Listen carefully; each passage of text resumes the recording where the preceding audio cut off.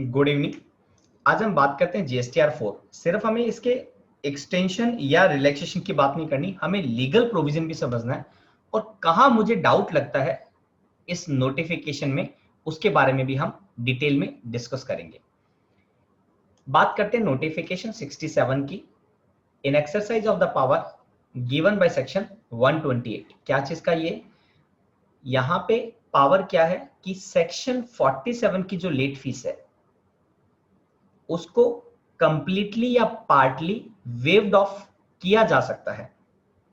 Read with section 148। 148 क्या कहता है? स्पेशल प्रोविजन की बात करता है under certain circumstances with respect to filing of return etcetera. हाँ, इन दोनों सेक्शन की बात हम at the end of this video करेंगे ताकि जो भी सेक्शन यहाँ पे यूज हो रहा उसका आपको अंडरस्टैंडिंग भी क्लियर हो। On the recommendation the council following further amendment. इस नोटिफिकेशन के द्वारा क्या किया गया, जो ओरिजिनल नोटिफिकेशन 73 था उसमें अमेंडमेंट किया गया। क्या अमेंडमेंट किया गया? After the second proviso the following proviso shall be inserted, meaning thereby one more proviso has been inserted in the 73। Next क्या प्रोवाइजो है? Provided that late fee payable under section 47 shall stand waived which is in excess of ₹250। मतलब क्या यहाँ पे fully wave किया है? नहीं sir, आप बोलेंगे पार्टली वेव किया है। अच्छा, पार्टली में कितना वेव किया है? बोलते जो 250 रुपए से ज्यादा है उतने अमाउंट को वेव ऑफ कर दिया। तो मतलब 250 तो आज भी लगेगा, ये बात तो क्लियर है। बट 250 और हम नोटिफिकेशन किसका रीड कर रहे हैं? सेंट्रल टैक्स का। तो 250 रुपए सेंट्रल टैक्स और 250 रुपए स्टेट टैक्स, टोटल कितना लगेगा सर? 500 रुपीज चार्ज होगा। That's okay. एंड यहां पे एक बात और करता है, वो क्या है? And shall stand fully waived, मतलब पार्टली और साथ में फुल्ली वेवर की भी बात कर रहे हैं। कब? Where the total amount of the central tax payable in the said return is nil, जहां पे आपकी टैक्स लाइबिलिटी निल है। ध्यान रखना, डिफरेंस होता है निल रिटर्न में और टैक्स लाइबिलिटी के निल में। क्या डिफरेंस होता है? निल रिटर्न मतलब उसमें कोई भी ट्रांजेक्शन नहीं है, इनवर्ड का, आउटवर्ड का, आरसीएम का। बट यहां पे जब मैं टैक्स लाइबिलिटी की बात कर रहा हूं निल, इसका मतलब मेरी आउटवर्ड टैक्सेबल सप्लाईज नहीं है या जिसके ऊपर मुझे टैक्स देना है, और या फिर कोई मेरा आरसीएम का ट्रांजैक्शन नहीं है जिसके ऊपर मुझे कोई टैक्स देना है। अगर आपकी टैक्स लाइबिलिटी नील है तो यहाँ पे स्टैंड फुल्ली वेव्ड की बात करता है।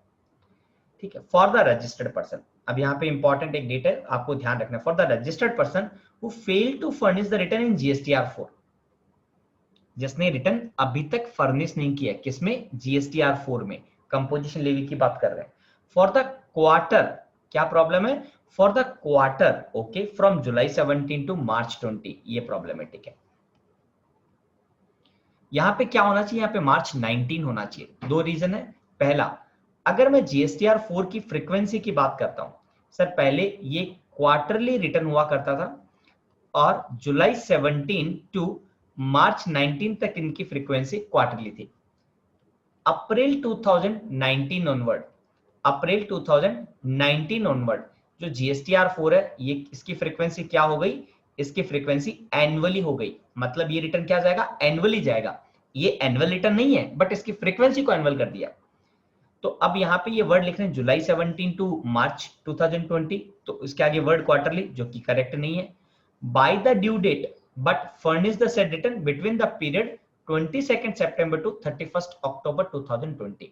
तो किस पीरियड में? कंडीशन क्या है कि जिन्होंने आज तक रिटर्न फाइल नहीं किया है और जो अब फाइल कर रहे हैं, मतलब इस नोटिफिकेशन के नेक्स्ट डे से 22 डे ऑफ सितंबर 20 से लेके 31 डे ऑफ अक्टूबर 20। यहाँ पे पहला पॉइंट, जिन्होंने लेट फीस ऑलरेडी पे कर दी है उनके बारे में कोई रिफंड की बात नहीं है। जैसा हम ऑलरेडी जानते हैं जीएसटीआर 3B के रिगार्ड में भी एक बात हो चुकी है, बीच में 1 के रिगार्ड में भी हुई थी, और अभी जीएसटीआर 4 के बारे में भी सेम बात कह रहे हैं।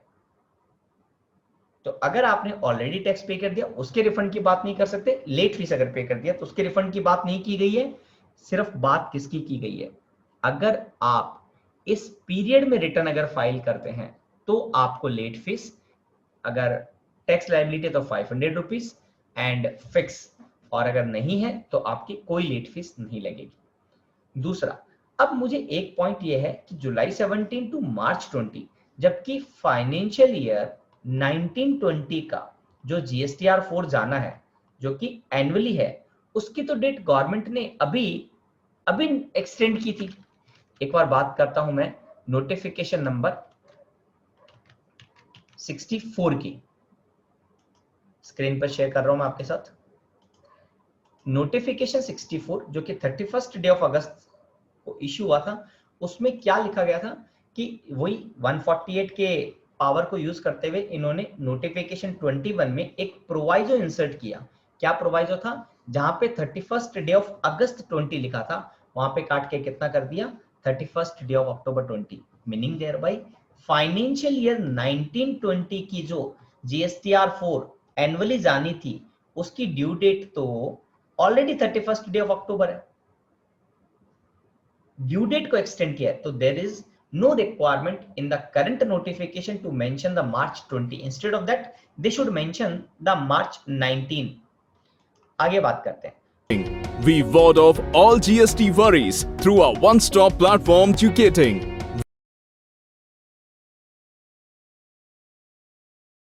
सेक्शन 47, अगर जीएसटीआर 4 आपने लेट फाइल आज तक फाइल नहीं किया, तो आप जुलाई 17 से मार्च 20 तक का जीएसटीआर 4 फाइल कर सकते हैं बिना कोई लेट फीस के, अगर आपकी टैक्स लायबिलिटी नील है और with maximum tax with the maximum upper limit of the late fee of ₹500 अगर आपकी टैक्स लायबिलिटी बनती है तो। पीरियड 22 सितंबर से 31 डे ऑफ अक्टूबर 20। इसका बेनिफिट जरूर उठाइएगा सर, दिस इज माय। अब कुछ एनालिसिस की बात कर लेते हैं। ये तो हमने बेसिक बात की, अब कुछ सेक्शन का यूज किया गया है। पहले मैं बात करता हूं सेक्शन 47 की जो लेट फीस वेवर की बात होती है, वो किस किस रिटर्न या स्टेटमेंट के रिगार्ड में होती है। सर सेक्शन 37 जो डिटेल्स ऑफ आउटवर्ड सप्लाई है, सेक्शन 38 जो डिटेल्स ऑफ इनवर्ड सप्लाई है। अभी दोनों ही मैंने डिटेल्स की बात की है, वर्ड डिटेल यूज किया है, रिटर्न यूज नहीं किया। और रिटर्न रिक्वायर्ड अंडर सेक्शन 39, अभी मेरा फोकस ये वाला पार्ट है। सो सेक्शन 39 का जो रिटर्न है उसकी लेट फीस के बारे में बात करता है। ऐसा एसएससी जिन्होंने अपना रिटर्न फर्निश नहीं किया है बाय द ड्यू डेट, उनको लेट फीस देनी पड़ेगी 100 फॉर एवरी डे, मतलब ₹100 सीजीएसटी एंड ₹100 एसजीएसटी। टोटल कितना देना पड़ेगा? ₹200 पर डे की बात हो रही है। लेकिन इस नोटिफिकेशन, इस लेट फीस को नोटिफिकेशन के द्वारा मल्टीपल टाइम रिड्यूस किया गया है और कई बार वेव भी किया गया है।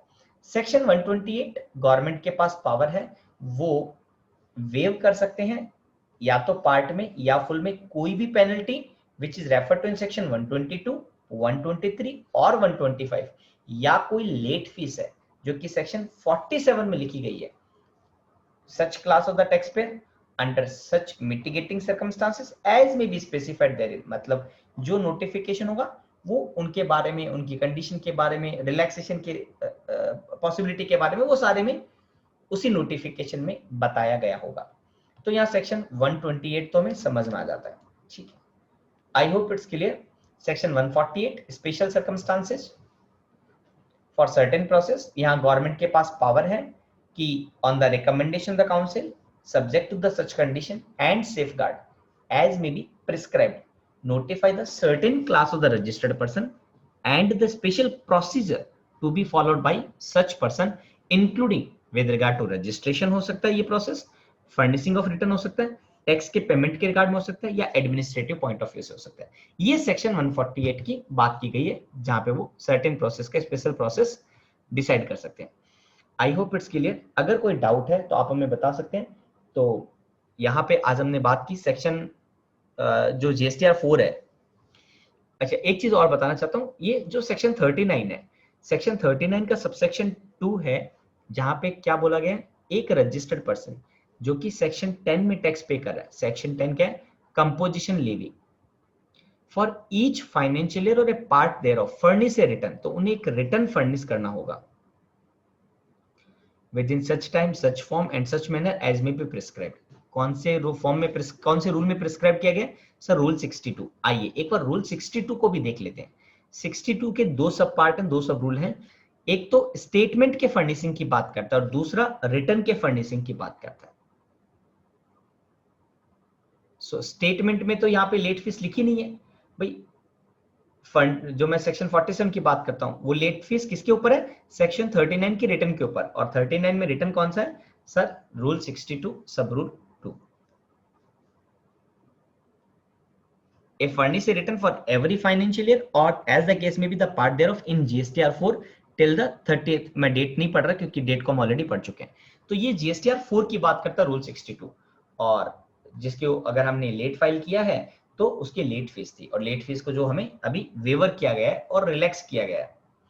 I hope it's clear. अगर कोई डाउट है तो आप हमें कमेंट सेक्शन में जरूर बताएं, we will try our best to give the reply. So thank you very much. Form that gives you daily practical problem with solution, daily GST alert, monthly webinar, WhatsApp group, query bank, compliance calendar, self-assessment test, monthly e-newsletter. Now, stay on top of your GST compliances and save your time and money. Subscribe to Educating Now. To learn more, visit or call us at now